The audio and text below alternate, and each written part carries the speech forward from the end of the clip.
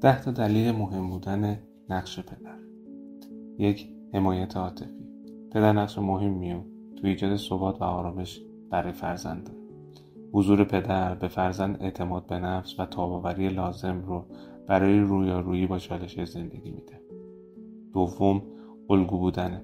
پدر با رفتار، تصمیمات و نحوه برخوردش الگوی فرزند خودش میشه و میتونه نسل بعدی رو به سمت صداقت، همدلی و هدفمندی هدایت کنه. 3. راهنمایی و نظم.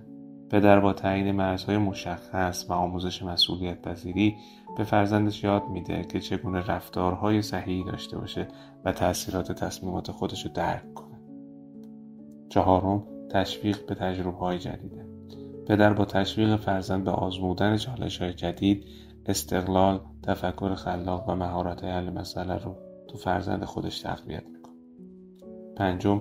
نقش پدر تو مسیر شغلی و آینده فرزند. تجربیات کاری و راهنمایی‌های پدر به فرزند کمک میکنه تا مسیر شغلی خودش رو بهتر بشناسه و برای آینده آماده بشه. 6. تعاملات اجتماعی و مهارت‌های ارتباطی.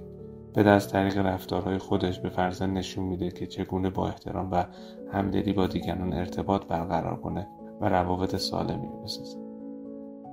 7. ایجاد لحظات شاد و خاطرانگیز.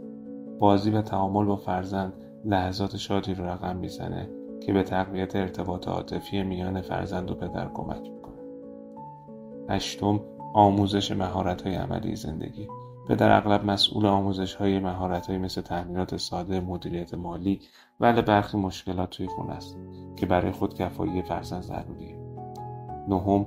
تقویت تاب‌آوری احساسی.